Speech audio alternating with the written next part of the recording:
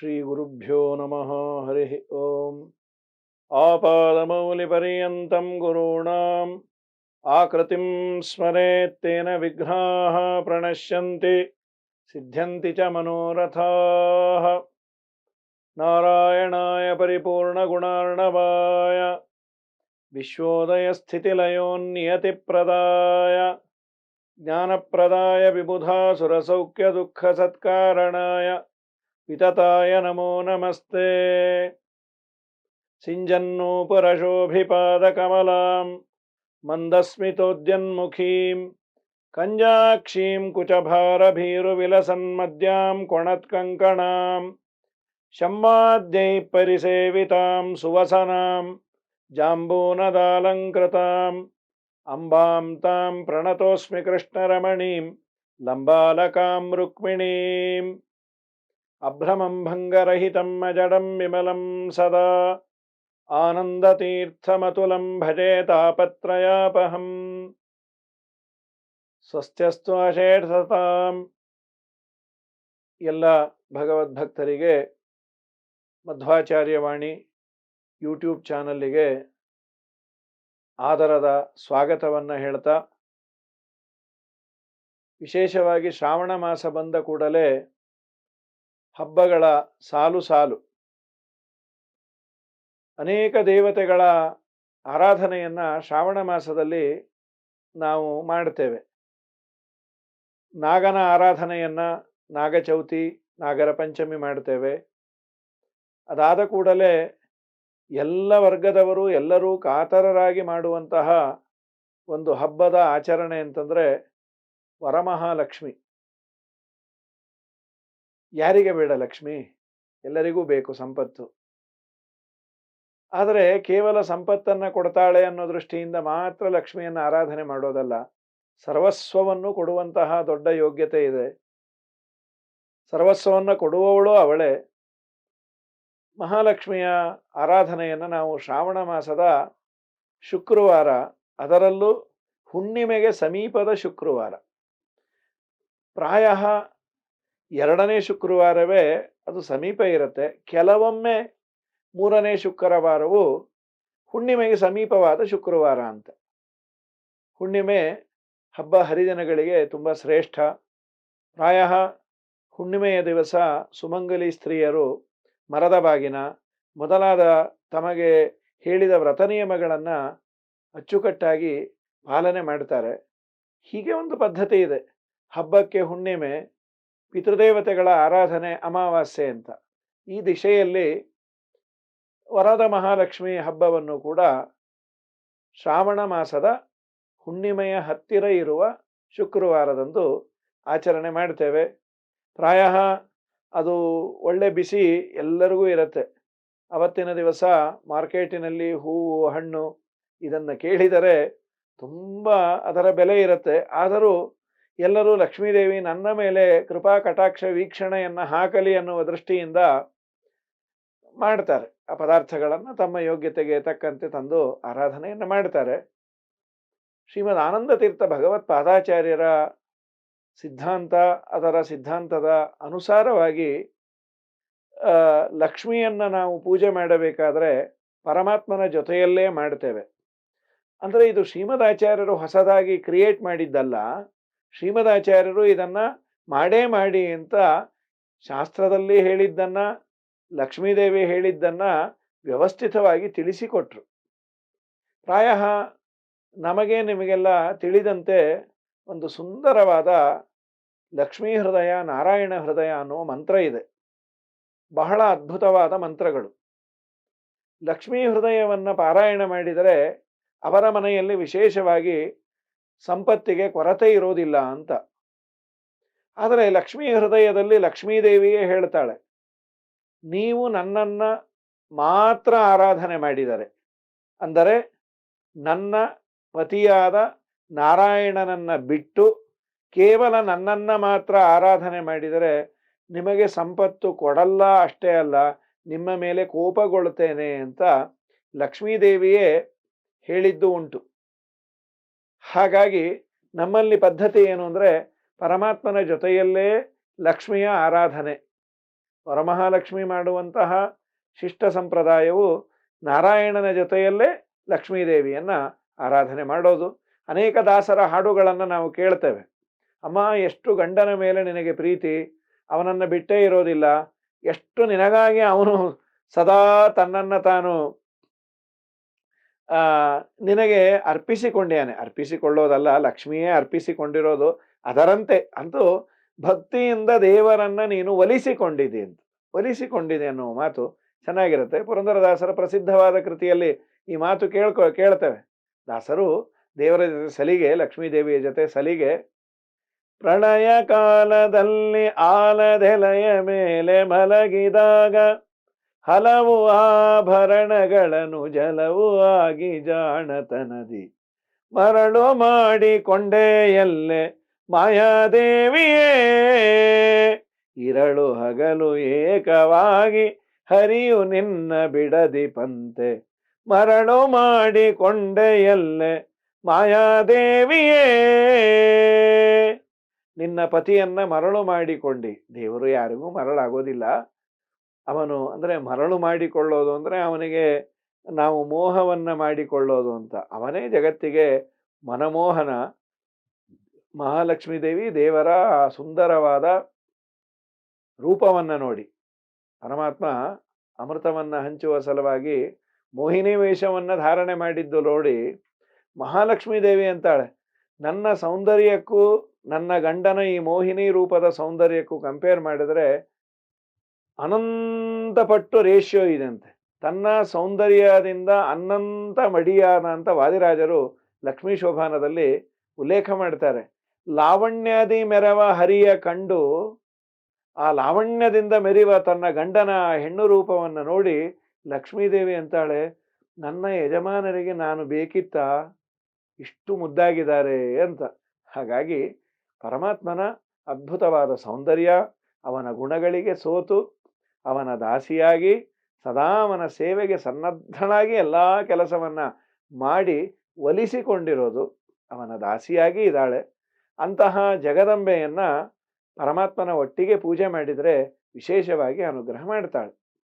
ಈ ದಿಶೆಯಲ್ಲಿ ಈ ಬಾರಿ ವರಮಹಾಲಕ್ಷ್ಮಿ ವ್ರತ ನಾನು ಆಗಲೇ ಹೇಳಿದಂತೆ ಮಧ್ವಾಚಾರ್ಯ ವಾಣಿಯಲ್ಲಿ ಆನಂದ ತೀರ್ಥ ಭಗವತ್ಪಾದರು ಅಂದರೆ ಮಧ್ವಾಚಾರ್ಯರು ಯಾವ ರೀತಿಯಾಗಿ ನಮಗೆ ಪೂಜಾ ವಿಧಾನವನ್ನು ತಿಳಿಸಿಕೊಟ್ಟಿದ್ದಾರೆ ಆ ಜಾಡಿನಲ್ಲಿ ಮಾಡುವುದನ್ನು ನಾನು ವಿವರಣೆ ಮಾಡ್ತಾ ಇದ್ದೇನೆ. ಯಾಕೆಂದರೆ ಅನೇಕ ಜನ ನೋಡಬಹುದು, ಇದು ನಮ್ಮಲ್ಲಿ ಹೀಗೆ ಮಾಡ್ತಾ ಇಲ್ಲಲ್ಲ ಅಂತ ಕೇಳಬಹುದು. ಕೇಳಿದರೆ ತಪ್ಪಲ್ಲ, ಆಕ್ಷೇಪಣೆ ಮಾಡಬಹುದು. ಆದ್ದರಿಂದ ನಾನು ಹೇಳ್ತಾ ಇರೋದು ಮಧ್ವಾಚಾರ್ಯರ ಸಿಲೆಬಸ್ಸಿನ ಪ್ರಕಾರ ಅವರು ಯಾವ ರೀತಿಯಾಗಿ ಮಾಡಬೇಕು ಅಂತ ನಮಗೆ ವಿಧಿವಿಧಾನಗಳನ್ನು ತೋರಿಸಿಕೊಟ್ಟಿದ್ದಾರೆ. ಅದರಂತೆ ನಾವು ಎಲ್ಲ ಆಚರಣೆಗಳನ್ನು ಮಾಡ್ತಾ ಇರೋದ್ರಿಂದ ಈ ಬಾರಿ ವರದ ಮಹಾಲಕ್ಷ್ಮಿ ಅಥವಾ ವರಮಹಾಲಕ್ಷ್ಮಿ ಹಬ್ಬ ಬಂದು ಏಕಾದಶಿ ಬಂದಿದೆ. ಶುಕ್ರವಾರ ಏಕಾದಶಿ ಬಂದಿದೆ. ಏಕಾದಶಿ ಪೂಜೆಯನ್ನು ಹೇಗೆ ಮಾಡೋದು ತುಂಬ ಪ್ರಶ್ನೆ ಉಂಟು. ಯಾಕೆಂದರೆ ಏಕಾದಶಿ ಪರಮಾತ್ಮನಿಗೆ ಬಿಟ್ಟು ಬೇರೆಯವರಿಗೆ ನೈವೇದ್ಯಾದಿಗಳನ್ನು ನಾವು ಕೊಡೋದಿಲ್ಲ. ಇದು ಆಚಾರ್ಯರ ಸಿದ್ಧಾಂತ. ಏಕಾದಶಿಗೆ ಹೆಚ್ಚು ಪ್ರಾಶಸ್ತ್ಯ ಎಲ್ಲರೂ ಮಾಡ್ತಾರೆ. ಯದ್ಯಪಿ ಮಹಾಲಕ್ಷ್ಮೀ ದೇವಿ ವಿಧಿ ನಿಷೇಧಗಳಿಗೆ ಬದ್ಧಳಲ್ಲ, ನಿತ್ಯ ಮುಕ್ತಳು. ಆದರೂ ತಾನು ತನ್ನ ಗಂಡನ ಪ್ರೀತಿಗಾಗಿ ಅವನು ಹಾಕಿದ ರೂಲ್ಸ್ ಅಂಡ್ ರೆಗ್ಯುಲೇಷನ್ಸನ್ನು ಫಸ್ಟ್ ಫಾಲೋ ಮಾಡಿ ಜಗತ್ತಿಗೆ ತೋರಿಸಿಕೊಡ್ತಾಳೆ. ಈ ದಿಶೆಯಲ್ಲಿ ಏಕಾದಶಿ ಲಕ್ಷ್ಮೀದೇವಿಗೆ ನಾವು ನೈವೇದ್ಯಾದಿಗಳನ್ನು ಮಾಡೋದಿಲ್ಲ. ಇವನ್ ಹೇಳಬೇಕು ಅಂದರೆ ಶಿಷ್ಟಾಚಾರ ಪರಂಪರೆ ಅಲಂಕಾರಾದಿಗಳನ್ನು ಮಾಡೋದಿಲ್ಲ, ಪಂಚೋಪಚಾರವನ್ನು ಮಾಡೋದು. ಮೊದಲು ಆವಾಹನೆಯನ್ನು ಮಾಡೋದು, ಕಲಶ ಪ್ರತಿಷ್ಠಾಪನೆಯನ್ನು ಮಾಡಿ ನಂತರದಲ್ಲಿ ಪಂಚೋಪಚಾರವನ್ನು ಮಾಡೋದು. ಅದನ್ನು ವಿವರಣೆ ಮಾಡುವ ಪಂಚೋಪಚಾರ ಅಂದರೆ. ಹಾಗಾದರೆ ನಾವ್ಯಾಕೆ ಶುಕ್ರವಾರವೇ ಮಾಡಬೇಕು? ಶನಿವಾರ ಮಾಡಿದರೆ ಆಯ್ತಲ್ವಾ? ಶನಿವಾರ ಲಕ್ಷ್ಮೀದೇವಿಗೆ ಪೂರ್ಣ ಪೂಜೆಯನ್ನು ಮಾಡೋದ್ರ ಬದಲು ಶನಿವಾರವೇ ಪ್ರಾರಂಭದಿಂದ ಪೂರ್ಣ ಮಾಡಿದರೆ ಒಳ್ಳೆಯದಲ್ವಾ? ಸ್ವಲ್ಪ ಶುಕ್ರವಾರ, ಸ್ವಲ್ಪ ಶನಿವಾರ, ಹೀಗೆ ಪ್ರಾಯ ಅನೇಕ ಜನದ ತಲೆಯಲ್ಲಿ ಗೊಂದಲ ಉಂಟಾಗಿದೆ.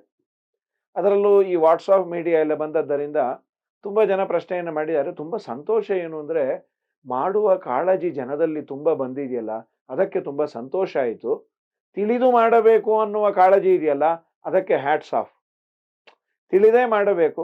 ನನ್ನ ಪಾಡಿಗೆ ಏನೋ ಮಾಡಿದ್ರಾಯ್ತು ಅನ್ನೋ ಔದಾಸೀನ್ಯ ಅಲ್ಲ.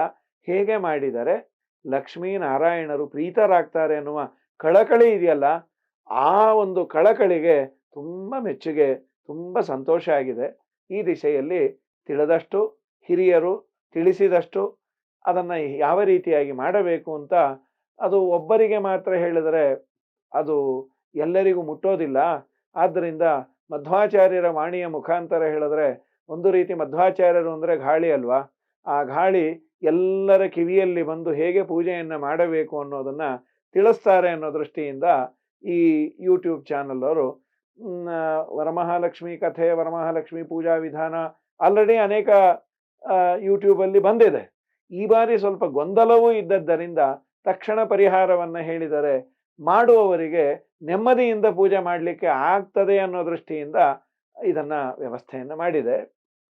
ಪ್ರಕೃತದಲ್ಲಿ ಶುಕ್ರವಾರದಂದೇ ಲಕ್ಷ್ಮಿಯ ಪೂಜೆಯನ್ನು ವಿಧಾನ ಮಾಡಿರೋದು. ಶನಿವಾರ ಲಕ್ಷ್ಮೀ ಪೂಜೆಯನ್ನು ಉಳಿದದ್ದು ಮಾಡೋದು. ಆವಾಹನೆಯನ್ನು ನಾವು ಶುಕ್ರವಾರವೇ ಮಾಡಬೇಕು. ಯಾಕೆಂದರೆ ನಿತ್ಯದಲ್ಲಿಯೂ ಶಂಖಾತ್ಮಕವಾದ, ಅಂದರೆ ಶಂಖ ಸ್ವರೂಪಳಾದ ಲಕ್ಷ್ಮೀದೇವಿಯ ಪೂಜೆ ದೇವರ ಪೂಜೆಯ ಜೊತೆಯಲ್ಲಿ ಉಂಟು. ಹಾಗಾಗಿ ನಾವು ಬಿಡೋದು ಯಾಕೆ, ಮಾಡುವ. ಏಕಾದಶಿಗೆ ಆಚಾರ್ಯರು ಅತಿ ಮಹತ್ವವನ್ನು ಕೊಟ್ಟಿದ್ದರಿಂದ, ಆಚಾರ್ಯರು ಕೊಟ್ಟಿದ್ದಲ್ಲ, ಕೊಟ್ಟ ವಿಷಯವನ್ನು ಆಚಾರ್ಯರು ಎತ್ತಿ ಹಿಡಿದದ್ದರಿಂದ ಪುರಾಣಗಳಲ್ಲಿ ಏಕಾದಶಿಯ ಬಗ್ಗೆ ಬಹಳಷ್ಟು ಉಲ್ಲೇಖಗಳು ಇದ್ದಾವೆ.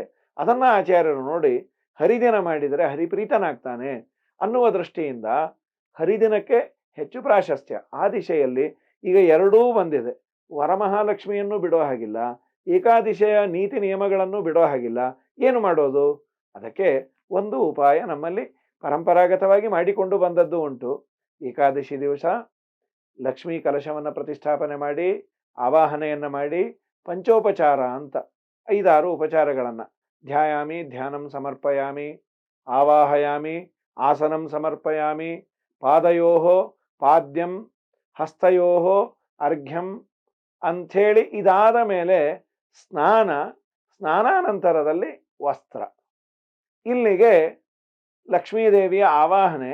ಏಕಾದಶಿ ಎಷ್ಟು ಪೂಜೆಯನ್ನು ಮಾಡಬಹುದೋ ಆ ಲಿಮಿಟ್ಟು ನಾವು ಆ ಲಿಮಿಟ್ಟಿನಲ್ಲಿ ಪೂಜೆಯನ್ನು ಮಾಡಿದಂತೆ ಆಯಿತು. ಲಕ್ಷ್ಮೀದೇವಿಗೂ ಗೊತ್ತು, ನನ್ನ ಗಂಡನ ವಾಸರ ಇದು, ಹರಿವಾಸರ ಅಂತ. ಇನ್ನು ಮುಂದಿನದ್ದನ್ನೆಲ್ಲ ಮಾರನೇ ದಿವಸ ದ್ವಾದಶಿ ಬೆಳಗ್ಗೆನೆ ಮಾಡಬಹುದು. ಮತ್ತೆ ಕೆಲವರಿಗೆ ಇರಬಹುದು, ನಾವು ಸೂರ್ಯೋದಯದ ಮುಂಚೆ ಮಾಡಬಹುದಾ? ಇದು ಒಂದು ಪ್ರಶ್ನೆ ಇರುತ್ತಲ್ವಾ. ನಾವು ಯಾವುದೇ ಕಾರ್ಯಕ್ರಮವನ್ನು ಪ್ರಾರಂಭ ಮಾಡೋದಾದರೂ ಸೂರ್ಯೋದಯ ನಂತರದಲ್ಲಿ ಮಾಡ್ತೇವಲ್ಲ. ಆದರೆ ದ್ವಾದಶಿ ಮಾತ್ರ ಪಾರಣೆಗೆ ಪ್ರಾಶಸ್ತ್ಯ ಕೊಟ್ಟಿದೆ. ಈ ದಿಶೆಯಲ್ಲಿ ದ್ವಾದಶಿ ಸೂರ್ಯೋದಯದ ಮುಂಚೆಯೇ ಮಹಾಲಕ್ಷ್ಮೀ ದೇವಿಯ ಪೂಜೆಯನ್ನು ಅತ್ಯವಶ್ಯಕವಾಗಿ ಮಾಡಬಹುದು. ದೇವರ ಪೂಜೆಯನ್ನು ಮಾಡಿ ಆದ ಮೇಲೆ ಕೆಲವರು ಸೈಮಲ್ಟೇನಿಯಸ್ ಆಗಿ ದೇವರ ಪೂಜೆಯ ಜೊತೆಗೆ ಕಲಶವನ್ನು ಇಟ್ಟು ಪೂಜೆ ಮಾಡುವ ಪದ್ಧತಿಯೂ ಇದೆ. ಇಲ್ಲ, ಹೆಣ್ಣು ಮಕ್ಕಳು ಅಷ್ಟು ದೊಡ್ಡದಾಗಿ ದೇವರ ಮನೆ ಇರೋದಿಲ್ಲ, ಬೇರೆ ಕಡೆ ಕಲಶವನ್ನು ಇಟ್ಟು ಪೂಜೆಯನ್ನು ಮಾಡ್ತಾ ಇದ್ದೇವೆ ಅಂದರೆ ಅಲ್ಲಿ ಪುರುಷರು ಪೂಜೆಯನ್ನು ಮಾಡ್ತಿರ್ತಾರೆ. ಅದಾದ ಮೇಲೆ ಅದರ ಜೊತೆಯಲ್ಲೋ ಪೂಜೆಯೆಲ್ಲ ಮುಗಿದ ಮೇಲೆ ಮಹಾಲಕ್ಷ್ಮೀ ದೇವಿಗೆ ವಿಶೇಷವಾಗಿ ನಾವು ಹಿಂದಿನ ದಿವಸ ಅರ್ಘ್ಯಪಾದ್ಯ ಆಚಮನವನ್ನು ಕೊಟ್ಟಾಗಿದೆ. ಅರ್ಘ್ಯಪಾದ್ಯ ಹಾಗೂ ಸ್ನಾನ ವಸ್ತ್ರ ನಂತರದಲ್ಲಿ ಬರುವಂತಹ ಅಲಂಕಾರ, ಆಮೇಲೆ ಲಕ್ಷ್ಮೀದೇವಿಗೆ ಅಷ್ಟೋತ್ತರ ಶತನಾಮ ಪೂಜೆ, ಎಲ್ಲ ಹೂವನ್ನು ಚೆನ್ನಾಗಿ ಹಾಕಿ ಜಗದಂಬೆಯನ್ನು ಕಣ್ತುಂಬಿಕೊಳ್ಳಬೇಕು. ಅದಾದ ಮೇಲೆ ಮಹಾಲಕ್ಷ್ಮೀ ದೇವಿಗೆ ನೈವೇದ್ಯ ಸಮರ್ಪಣೆಯನ್ನು ಮಾಡೋದು.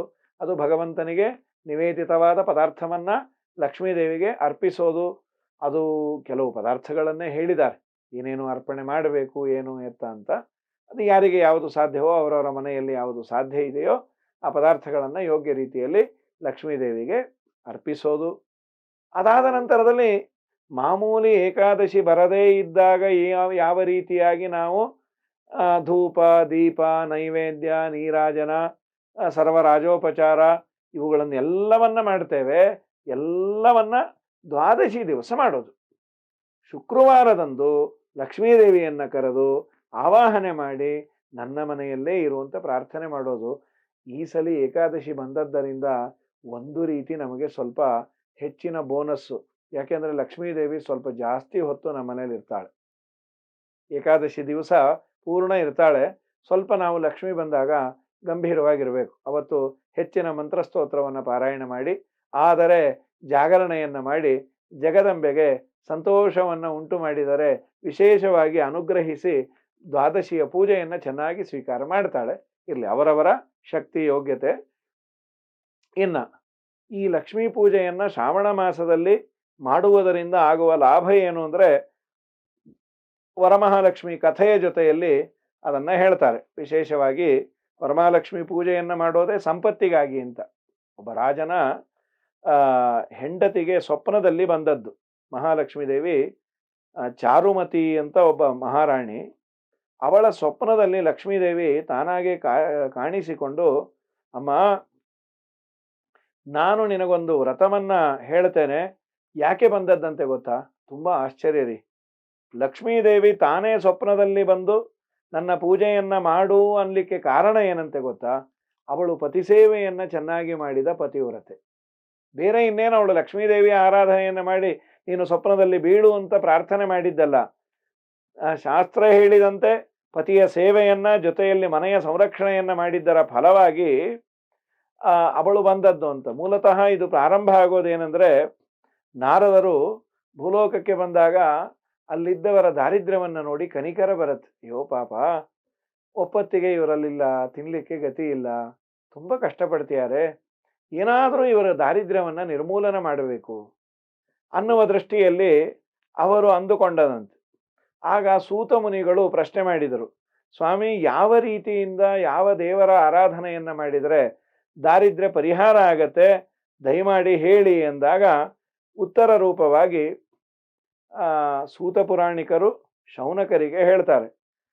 ತುಂಬ ಕಷ್ಟ ಕಾರ್ಪಣ್ಯಗಳನ್ನೆಲ್ಲ ಪಡ್ತಾ ಇದ್ದಾರೆ, ಅದಕ್ಕೆ ವರಮಹಾಲಕ್ಷ್ಮೀ ವ್ರತ ಶ್ರಾವಣ ಶುಕ್ರವಾರ ಅಂದರೆ ಹೇಳಿದ್ನಲ್ಲ, ಹುಣ್ಣಿಮೆಗೆ ಹತ್ತಿರ ಇರುವ ಶುಕ್ರವಾರದಂದು ಈ ಪೂಜೆಯನ್ನು ಮಾಡಬೇಕು. ನಮಗೆಲ್ಲ ಪುರಾಣಗಳು ಹರಿದು ಬಂದದ್ದು ಸೂತ ಶೌನಕರ ಸಂವಾದ. ಶೌನಕರು ಪುನಃ ಪ್ರಶ್ನೆ ಮಾಡಿದರು ಸೂತರನ್ನ, ಅಲ್ಲ, ಈ ವ್ರತವನ್ನ ಯಾವಾಗ ಮಾಡಬೇಕು, ಯಾರು ಮಾಡಿದ್ದಾರೆ, ಯಾರು ಮಾಡಿದ್ದರಿಂದ ಅವರಿಗೆ ಆದ ಫಲ ಏನು ಅಂದಾಗ ಈ ವ್ರತದ ಬಗ್ಗೆ ಹೇಳ್ತಾ, ಶ್ರಾವಣ ಮಾಸದ ಶುಕ್ಲ ಪಕ್ಷದ ಹುಣ್ಣಿಮೆಯ ಹತ್ತಿರ ಇರುವ ಶುಕ್ರವಾರದಂದು ಮಾಡಬೇಕು. ಭಕ್ತಿಯಿಂದ ವರಮಹಾಲಕ್ಷ್ಮಿ ಪೂಜೆಯನ್ನು ಮಾಡಿ ಅವಳನ್ನು ಪ್ರಾರ್ಥನೆ ಮಾಡಿದಾಗ ನಮ್ಮೆಲ್ಲ ಸಮಸ್ಯೆಗಳು ಹೋಗತ್ತೆ. ಈ ವ್ರತವನ್ನು ವಿದರ್ಭ ದೇಶದ ರಾಣಿ, ಒಂದು ರೀತಿ ಚೆನ್ನಾಗಿದೆ. ವಿದರ್ಭ ದೇಶದ ರಾಣಿ ಅಂದರೆ ವಿದರ್ಭ ದೇಶದಲ್ಲೇ ಅವತಾರ ಮಾಡಿದ್ದು ರುಕ್ಮಿಣೀ ದೇವಿ, ವೈದರ್ಭಿ ಅಂತ ಅವಳನ್ನು ಕರೀತಾರೆ. ಕೃಷ್ಣನ ಹೆಂಡತಿ, ಅವಳು ಸಾಕ್ಷಾತ್ ಲಕ್ಷ್ಮೀದೇವಿ ಅವತಾರ. ವಿದರ್ಭ ದೇಶದ ರಾಣಿ ಚಾರುಮತಿ ಅಂತ ಅವಳ ಹೆಂಡತಿ, ವಿದರ್ಭ ದೇಶದ ರಾಜನ ಹೆಂಡತಿ. ಅವಳು ಇದನ್ನು ಆಚರಣೆ ಮಾಡಿ ತನ್ನ ಕಷ್ಟ ಸಮಸ್ಯೆಗಳನ್ನೆಲ್ಲ ಪರಿಹರಿಸಿಕೊಂಡಂತೆ. ಚಾರುಮತಿ ಅಂತ ಅವಳು ಬ್ರಾಹ್ಮಣ ಸ್ತ್ರೀ, ಪತಿವ್ರತೆಯಾಗಿ ಪತಿಯನ್ನ, ಅವಳು ಚಾರುಮತಿ ಅನ್ನೋಳು ವಿದರ್ಭ ದೇಶದ ಚಾರುಮತಿ ಅಂತ, ಅವಳು ರಾಜನ ಹೆಂಡತಿ ಅಲ್ಲ, ಅದನ್ನು ಹೇಳಿದೆ. ಚಾರುಮತಿ ಅನ್ನೋಳು ಒಬ್ಬ ಬ್ರಾಹ್ಮಣನ ಹೆಂಡತಿ. ಆದರೆ ಸಾಮಾನ್ಯವಾಗಿ ನಾವು ಯಾವುದೇ ಕಥೆ ಕೇಳಬೇಕಾದ್ರೆ ಒಬ್ಬ ಬಡ ಬ್ರಾಹ್ಮಣನಿದ್ದ, ಅವಂತಿ ದೇಶದಲ್ಲಿ ಇದ್ದ. ಅಂದರೆ ಇದು ಬಡತನ ಅನ್ನೋದು ಫಂಡಮೆಂಟಲ್ ರೈಟ್ಸ್ ಅಂತನೋ ಏನೋ.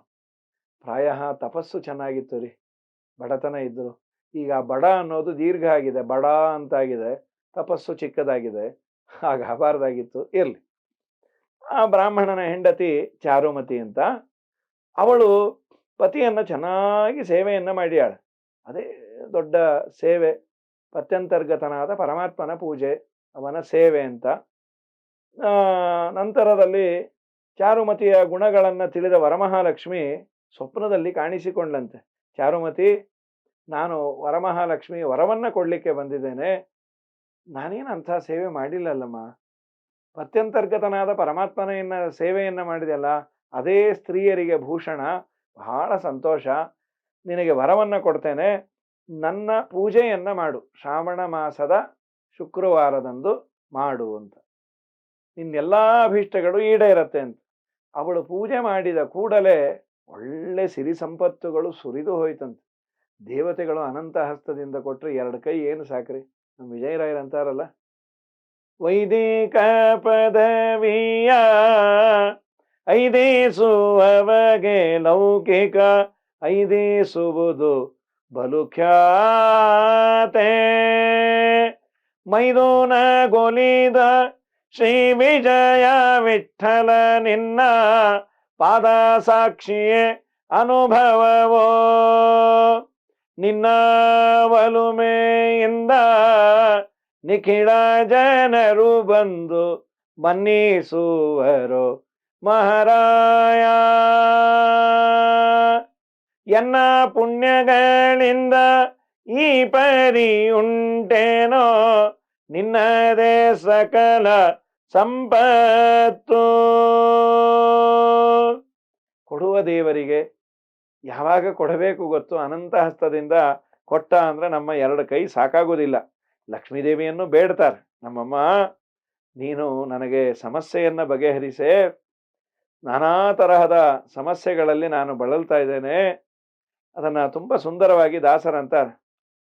ಹೊಸ ಕಣ್ಣು ಹಚ್ಚಲಿ ಬೇಕು ಜಗದಂಬೆಯನಗೆ, ವಸುದೇವ ಸುತನ ಕಂಬುದಕ್ಕೆ. ಘಸಣಿಯಾಗಿದೆ ಭವ ವಿಷಯ ವಾರಿಧಿಯಲ್ಲಿ, ಶಶಿಮುಖಿರ ಕರುಣದಿ ಕಾಯೇ. ಹೊಸ ಕಣ್ಣು ಹಚ್ಚಲಿ ಬೇಕು ಜಗದಂಬೆಯನಗೆ, ವಸುದೇವ ಸುತನ ಕಾಂಬುದಕ್ಕೆ. ಮಂದಹಾಸಿನಿ ಭವ ಸಿಂಧುವಿನೊಳಗಿಟ್ಟು, ಚಂದವೇ ಅಮ್ಮ ನೋಡುವುದು. ಕಂದನಂದದಿ ಬಾಲ್ಯದಿಂದ ಸೇರಿದೆ ನಿನ್ನ ಮಂದರೋದ್ಧರನ ತೋರಮ್ಮ. ಎಂತ ಸುಂದರವಾಗಿದೆ ನೋಡಿ. ಕೃಷ್ಣನನ್ನ ತೋರು ಅನ್ಬೋದಾಗಿತ್ತು. ಮಂದರ ಪರ್ವತವನ್ನ ಎತ್ತಿದ ಕೃಷ್ಣನನ್ನ ತೋರು. ಯಾಕೆ ಅಂದ್ರೆ ಸಂಸಾರದ ಭಾರ ನನಗೆ ಹೊರಲಿಕ್ಕೆ ಆಗ್ತಾ ಇಲ್ಲ. ಸಾಮಾನ್ಯ ಅಂತೀವಲ್ಲ, ತುಂಬಾ ಭಾರ ಸಾರ್. ಹಾಗಾದ್ರೆ ಆ ಪಕ್ಕಕ್ಕಿಡಿ ಅಂದ್ರು. ಅಯ್ಯೋ, ಅದು ತಲೆ ಮೇಲಿರೋ ಭಾರ ಅಲ್ಲಪ್ಪ, ತಲೆ ಒಳಗಿರೋ ಭಾರ, ಸಂಸಾರ ಭಾರ. ಆ ಸಂಸಾರ ಭಾರವನ್ನ ನೀನು ಇಳಿಸಬೇಕಾದ್ರೆ ಅನಾಯಾಸವಾಗಿ ಮಂದರ ಪರ್ವತವನ್ನ ಭಗವಂತ ಎತ್ತಿ ಎಲ್ಲರ ಭಾರವನ್ನ ಇಳುಹಿದವನು ಭಗವಂತ. ಕೃಷ್ಣನಾದಾಗ ಗೋವರ್ಧನಗಿರಿಯನ್ನ ಎತ್ತಿದ, ಮಂದರ ಪರ್ವತವನ್ನ ಎತ್ತಿ ಆ ದೇವತೆಗಳಿಗೆ ಬಂದ ಸಮಸ್ಯೆಯನ್ನ ಬಗೆಹರಿಸಿ. ವಿಶೇಷವಾಗಿ ನೋಡಿ, ಮಂದರೋದ್ಧರನ ಅನ್ನೋದಕ್ಕೆ ಇನ್ನೊಂದು ಕಾರಣ ಉಂಟು. ಇದೇ ಲಕ್ಷ್ಮೀದೇವಿಗೆ ಪರಮಾತ್ಮನ ನಿರ್ಮಾಲ್ಯಕ್ಕೆ ಅಪಮಾನ ಆಯಿತು ಅಂತ ಇಂದ್ರಾದಿಗಳನ್ನ ತೊರೆದು ಹೋದಾಗ ಅಮೃತ ಮಥನ ಮಾಡ್ರಿ, ಅಮೃತಕ್ಕಾಗಿ ಮಥನ ಮಾಡ್ರಿ, ಸಮುದ್ರ ಮಥನ ಮಾಡಿದಾಗ ಲಕ್ಷ್ಮೀದೇವಿ ಬರ್ತಾಳೆ ಅಂತ ಆ ಸಮಯದಲ್ಲೇ ಮಂದರ ಪರ್ವತವನ್ನ ಕೃಷ್ಣ ಎತ್ತಿದ್ದು, ಭಗವಂತ ಎತ್ತಿದ್ದು. ಸೊ ಮಂದರೋದ್ಧರನ ತೋರಮ್ಮ, ನಿನ್ನ ಅನುಕೂಲತೆ, ನಿನ್ನ ಅನುಗ್ರಹ ಎಲ್ಲರಿಗೂ ಬೇಕು ಅಂತ ಈ ದಿಶೆಯಲ್ಲಿ ಅವಳ ವರಪ್ರಸಾದದಿಂದ ಚಾರುಮತಿ ಹಾಗೂ ಆ ಬ್ರಾಹ್ಮಣ ಒಳ್ಳೆ ಶ್ರೀಮಂತರಾದರು. ಇನ್ನೊಂದು ಪುಟ್ಟ ಕಥೆಯನ್ನ, ಮಂಗಲ ಅಂತ ಒಬ್ಬ ರಾಜ, ಚಿಲ್ಲಾದೇವಿ ಅಂತ ಒಬ್ಬ ರಾಣಿ. ಸಾಮಾನ್ಯವಾಗಿ ಈ ಯಾವುದೇ ಒಂದು ವ್ರತ ನಿಯಮಗಳನ್ನ ಹೇಳಬೇಕಾದ್ರೆ ಎರಡು ಹೇಳ್ತಾರೆ. ಮಾಡಿದರೆ ಏನು ಲಾಭ, ತಿರಸ್ಕಾರ ಮಾಡಿದರೆ ಏನು ಲಾಸ್. ಹೌದಲ್ವಾ? ನನಗೆ ಮಾಡ್ಲಿಕ್ಕಾಗದೇ ಇದ್ರು ಅದನ್ನ ಬೈಲಿಕ್ಕೆ ಹೋಗಬಾರ್ದು. ಅಯ್ಯೋ ಎಲ್ಲ ಬಂಡಲ್ಲು ಬಿಡ್ರಿ, ಆಚಾರ ಅವ್ರ ಸಲುವಾಗಿ ಏನೇನೋ ಹೇಳ್ಕೊಳ್ತಾರೆ, ನಿನಗೆ ಮಾಡ್ಲಿಕ್ಕಾಗಲ್ವಾ, ಬಿಡು. ನೋಡಿ, ಇದು ಎಲ್ಲ ಕಾಲದಲ್ಲೂ ಒಂದಾಗಿದೆ. ಚಿಲ್ಲಾದೇವಿ ಅಂತ ರಾಣಿಯ ಹೆಸರು. ಆ ಮಂಗಲ ಅನ್ನುವ ರಾಜ ಸುಖದಿಂದ ಜೀವನ ಮಾಡಿಕೊಂಡಿದ್ದ. ಆದರೆ ಚಿಲ್ಲಾದೇವಿಯಲ್ಲಿ ಸಂತಾನ ಆಗಲಿಲ್ಲ. ಅದಕ್ಕೆ ಇನ್ನೊಂದು ಮದುವೆ ಆದ. ಅವಳ ಹೆಸರು ಚೋಲಾದೇವಿ ಅಂತ. ಚೋಲಾದೇವಿಯಲ್ಲಿ ದೇವರ ಅನುಗ್ರಹದಿಂದ ರಾಜನಿಗೆ ಮಕ್ಕಳಾದವು. ಸಂತಾನವಾದ ಮೇಲೆ ಅವಳಿಗಾಗಿ ಒಂದು ಉದ್ಯಾನವನವನ್ನು ನಿರ್ಮಾಣ ಮಾಡಿದಂತೆ. ಒಂದು ದಿನ ಒಂದು ಕಾಡು ಹಂದಿ ಆ ವನವನ್ನ ನಾಶ ಮಾಡಲಿಕ್ಕೆ ಬಂತು. ರಾಜ ತುಂಬಾ ಕ್ರೋಧದಿಂದ ಅದನ್ನ ನಿಗ್ರಹ ಮಾಡಿ ಸೈನ್ಯ ಸಹಿತವಾಗಿ ಹೊರಟ. ಆ ಹಂದಿ ಪ್ರಾಣ ಭಯದಿಂದ ಓಡ್ತಾ ಇದೆ. ರಾಜನು ಹಂದಿಯನ್ನ ಬೆನ್ನಟ್ಟಿದ್ದಾನೆ. ಸ್ವಲ್ಪ ದೂರ ಹೋದ ಮೇಲೆ ಆ ರಾಜನ ಏನೋ ತಗಲಿರ್ಬೇಕು ಪದಾರ್ಥ. ಆ ಹಂದಿ ಒಬ್ಬ ಪುರುಷನಾಗಿ, ಗಂಧರ್ವನಾಗಿ ನಿಂತು ಬಿಟ್ಟ. ರಾಜನಿಗೆ ಆಶ್ಚರ್ಯ, ಯಾರು ನೀನು? ಚಿತ್ರರಥ ಅನ್ನೋ ಗಂಧರ್ವ. ನಾನು ಬ್ರಹ್ಮದೇವರ ಶಾಪದಿಂದ ಹಂದಿಯಾಗಿದ್ದೆ, ನೀನು ಒಳ್ಳೆ ಭಗವಂತನ ಲಕ್ಷ್ಮೀದೇವಿಯ ಅನುಗ್ರಹಕ್ಕೆ ಪಾತ್ರನಾದವನು, ನಿನ್ನ ಕರಸ್ಪರ್ಶ ನಿನ್ನ ದರ್ಶನದಿಂದ ನನಗೆ ಈ ನೀಚ ಯೋನಿ ಹೋಯ್ತಪ್ಪ. ಹೀಗಾಗಿ ನಿನಗೆ ಒಂದು ವ್ರತವನ್ನ ಉಪದೇಶ ಮಾಡ್ತೇನೆ, ಅದನ್ನ ಮಾಡು. ಓ, ತುಂಬಾ ಸಂತೋಷ ಆಯ್ತು. ಯಾವುದದು ವ್ರತ? ತದ್ಗ್ರಹಾಣ ವರಂ ಭೂಯೋ ಯದ್ದೇವಸ್ಯಾಪಿ ದುರ್ಲಭಂ ಮಖ್ಯಾಂ ಲಕ್ಷ್ಮೀ ವ್ರತಂ ದಿವ್ಯಂ ಸರ್ವಕಾಮ ಫಲಪ್ರದಂ. ವರಮಹಾಲಕ್ಷ್ಮಿ ವ್ರತವನ್ನ ಆ ಗಂಧರ್ವ ಈ ಮಂಗಲ ಅನ್ನೋ ರಾಜನಿಗೆ ಉಪದೇಶ ಮಾಡಿದ. ಪೂಜೆ ಎಲ್ಲ ಆದಮೇಲೆ ದಾರವನ್ನ ಕಟ್ಟಿಕೊಳ್ಳುವ ಪದ್ಧತಿ ಉಂಟು. ಆ ದಾರವನ್ನ ಸ್ವೀಕಾರ ಮಾಡಿದ್ದ, ಕೈಗೆ ಕಟ್ಟಿಕೊಂಡು ಅರಮನೆಗೆ ಪ್ರವೇಶ ಮಾಡಿದ್ದಂತೆ. ಆ ರಾಣಿ ರಾಜನನ್ನ ನೋಡಿ, ಈ ರಾಜನನ್ನ ವಶಪಡಿಸಿಕೊಳ್ಳಬೇಕು ಅಂತ ಚಿಲ್ಲಾದೇವಿನೇ ಕಟ್ಟಿರಬೇಕು ಈ ದಾರ ಅಂಥೇಳಿ ಚೋಲಾದೇವಿಗೆ ಡೌಟ್ ಬಂತು. ಚೋಲಾದೇವಿಯ ಮೇಲೆ ಸಹಜವಾಗಿ ಪ್ರೀತಿ ಇತ್ತು, ಮಕ್ಕಳು ಆಗಿದೆ ಅಂತ ಚಿಲ್ಲಾದೇವಿಯನ್ನ ತಿರಸ್ಕಾರ ಮಾಡಿರಲಿಲ್ಲ. ಅವಳಿಗೆ ಈ ಭ್ರಮೆ ಬಂತು, ಓ, ರಾಜನನ್ನ ವಶ ಮಾಡಲಿಕ್ಕೆ ಇರುವ ದಾರ ಇದು ಅಂತ. ಅವಳೇನ್ ಮಾಡಿದ್ಲು, ಆ ದಾರವನ್ನ ತೆಗೆದು ಬಿಟ್ಲಂತೆ. ವಿಚಿಕ್ಷೇಪ ಮಹೀಪೃಷ್ಠೆ ತತ್ ಸೌಭಾಗ್ಯ ಸುಖೈ ಸಹ, ಅದನ್ನ ಕಿತ್ತಿ ಕೆಳಗೆ ಹಾಕಿದ್ಲು. ಇದನ್ನ ತುಂಬಾ ದೊಡ್ಡ ಅಪರಾಧ. ಆ ದೇವರಿಗೆ ಸಂಬಂಧಪಟ್ಟದ್ದನ್ನ ಕಡೆ ಪಕ್ಷ ಎಲ್ಲೋ ಪಾತಿಯಲ್ಲಿ ಹಾಕಬೇಕು, ತಿರಸ್ಕಾರ ಭಾವನೆಯಿಂದಂತೂ ಹಾಕಲೇಬಾರದು. ಬಹಳ ದೊಡ್ಡ ತಪ್ಪದು, ಲಕ್ಷ್ಮೀದೇವಿಯ ಪ್ರಸಾದ. ಇವಳು ಕಿತ್ತಿ ಅದನ್ನ ಬಿಸಾಕಿದ್ಲು. ಯಾವಾಗ ಅದನ್ನ ಕಿತ್ತಿ ಬಿಸಾಕಿದಾಳೆ ಆ ದಾರವನ್ನ, ಆಗ ಚಿಲ್ಲಾದೇವಿ ಸೌಭಾಗ್ಯದ ದಾರವನ್ನ ವಿಶೇಷವಾಗಿ ಇದರ ಜೊತೆಯಲ್ಲಿ ಇನ್ನೊಂದೇನ್ ಮಾಡಿದಾಳೆ, ಅವಳು ಹಾಕಿದ್ರು ಮತ್ತೇನ್ ಅನ್ನಿಸ್ತೋ ತಾನೇ ಅದನ್ನ ಧಾರಣೆ ಮಾಡಿಬಿಟ್ಲು. ನೋಡೋಣ, ಇದನ್ನ ಕಟ್ಟಿಕೊಂಡ್ರೆ ರಾಜ ನನ್ನ ವಶನ ಆಗಬಹುದೋ ಏನೋ ಅಂತ. ರಾಜನಿಗೆ ತುಂಬಾ ಬೇಕಾದವಳಾದ್ಲು. ಲಕ್ಷ್ಮೀದೇವಿಯ ಅನುಗ್ರಹ ಆದ್ರೆ ಎಲ್ಲರಿಗೂ ಬೇಕಾದವರು ಆಗ್ತಾರೆ. ಗಂಧರ್ವನ ಉಪದೇಶದಿಂದ ರಾಜನು ವರಮಹಾಲಕ್ಷ್ಮಿ ಪೂಜೆಯನ್ನ ಮಾಡಿದ. ಪೂಜಾ ಪ್ರಸಾದ ರೂಪವಾಗಿ ದಾರವನ್ನು ಕಟ್ಟಿಕೊಂಡ. ಇದನ್ನ ನೋಡಿದಂತಹ ಚೋಲಾದೇವಿಯು ತನ್ನ ಸವತಿಯಾದ ಚೆಲ್ಲಾದೇವಿ ಗಂಡನನ್ನ ವಶ ಮಾಡಿಕೊಳ್ಳಲಿಕ್ಕೆ ಕಟ್ಟಿರುವ ಯಾವುದೋ ಒಂದು ದಾರ ಅಂತ ಅದನ್ನ ತಿರಸ್ಕಾರ ಮಾಡಿದ್ಲು. ಆದರೆ ಚಿಲ್ಲಾದೇವಿಯು ಭಕ್ತಿಯಿಂದ ಅದನ್ನ ತಾನು ಕಟ್ಟಿಕೊಂಡ್ಳು. ಕಟ್ಟಿಕೊಂಡದ್ದರಿಂದ ರಾಜ ಅವಳ ವಶನೂ ಆದ.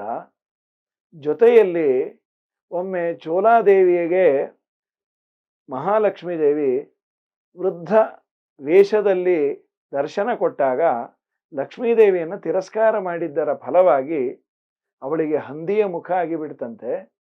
ಇದರಿಂದ ನಮಗೆ ತಿಳಿಸುವಂತಹ ಒಂದು ಸಂದೇಶ, ಹಿರಿಯರನ್ನ ತಿರಸ್ಕಾರ ಮಾಡಬಾರದು.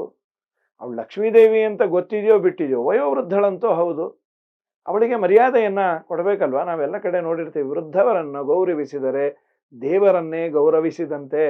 ಇದು ಇಲ್ಲಿಯ ಮಾತುಗಳಿದು. ಹಾಗಾಗಿ ಚೋಲಾದೇವಿಯೇ ದಾರವನ್ನ ತಿರಸ್ಕಾರ ಮಾಡಿದ್ದರಿಂದ, ಲಕ್ಷ್ಮಿಗೆ ಅಪಚಾರ ಮಾಡಿದ್ದರಿಂದ ಇದ್ದ ಮುಖ ಹೋಯಿತು. ಅವಳು ಆ ದಾರವನ್ನ ಪುರಸ್ಕಾರ ಮಾಡಿದ್ದರಿಂದ ಚಿಲ್ಲಾದೇವಿಗೆ ವಿಶೇಷವಾಗಿ ಲಕ್ಷ್ಮಿಯ ಅನುಗ್ರಹ ಆಯಿತು.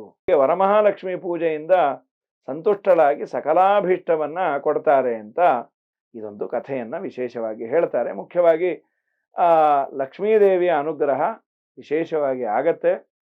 ಎಲ್ಲರೂ ವರಮಹಾಲಕ್ಷ್ಮಿಯ ಅನುಗ್ರಹದಿಂದ, ವಿಶೇಷವಾಗಿ ಲಕ್ಷ್ಮೀನಾರಾಯಣನ ಅನುಗ್ರಹದಿಂದ ಸುಖ ಸೌಭಾಗ್ಯಗಳನ್ನು ಪಡೆದು 100 ವರ್ಷ ಚೆನ್ನಾಗಿರ್ರಿ. ಮಧ್ವಾಚಾರ್ಯರ ವಾಣಿ ನಿಮ್ಮ ಮನೆಗೆ ಯಾವ ರೀತಿಯಾಗಿ ಈ ವ್ರತವನ್ನ ಈ ವರ್ಷ ಆಚರಣೆ ಮಾಡಬೇಕು ಅನ್ನೋದನ್ನು ವಿಶೇಷವಾಗಿ ತಿಳಿಸಬೇಕು ಅನ್ನೋ ಉದ್ದೇಶದಿಂದ ಮಾಡಿದೆ. ಹಿಂದೆ ಹೇಳಿದ್ದೆ, ಮತ್ತೊಮ್ಮೆ ಶಾರ್ಟ್ ಆಗಿ ಅಷ್ಟನ್ನ ಮಾತ್ರ ಹೇಳ್ತೇನೆ. ವರಮಹಾಲಕ್ಷ್ಮಿಯ ಆವಾಹನೆ ಶುಕ್ರವಾರವೇ ಪಂಚೋಪಚಾರಗಳನ್ನು ಮಾಡಿ, ಆಮೇಲೆ ಮಾರನೇ ದಿವಸ ದ್ವಾದಶಿ ಎಲ್ಲ ಆಭರಣಗಳನ್ನು, ಹೂವು, ಏನೇನು ಅಲಂಕಾರಗಳು ಇದೆಯೋ ಎಲ್ಲವನ್ನ ಮಾಡಿ ಭಗವಂತನಿಗೆ ನಿವೇದಿತವಾದ ಪದಾರ್ಥವನ್ನು ಲಕ್ಷ್ಮೀದೇವಿಗೆ ನೈವೇದ್ಯವನ್ನು ಮಾಡಿ ಸರ್ವರಾಜೋಪಚಾರಗಳನ್ನು ಮಾಡಿ ಪೂಜೆಯನ್ನು ಪೂರ್ಣಗೊಳಿಸಬೇಕು ಈ ವರ್ಷ. ಸೊ 2 ದಿವಸ, ಶುಕ್ರವಾರ ಆವಾಹನೆ, ಶನಿವಾರದ ದಿವಸ ದ್ವಾದಶಿ ದಿವಸ ವಿಶೇಷವಾಗಿ ಆಚಾರ್ಯರು ನಮಗೆ ತಿಳಿಸಿಕೊಟ್ಟಂತೆ ಪೂಜಾದಿಗಳನ್ನು ಮಾಡಬೇಕು ಅಂತ ಹೇಳ್ತಾ ಎಲ್ಲ ಭಗವದ್ಭಕ್ತರಿಗೆ ಮಧ್ವಾಚಾರ್ಯರ ವಾಣಿಯನ್ನು ವೀಕ್ಷಿಸುವ ಎಲ್ಲ ವೀಕ್ಷಕರಿಗೆ ಅಭಿನಂದನೆಗಳು. ಹರಯೇ ನಮಃ. ಶ್ರೀಕೃಷ್ಣಾರ್ಪಣಮಸ್ತು.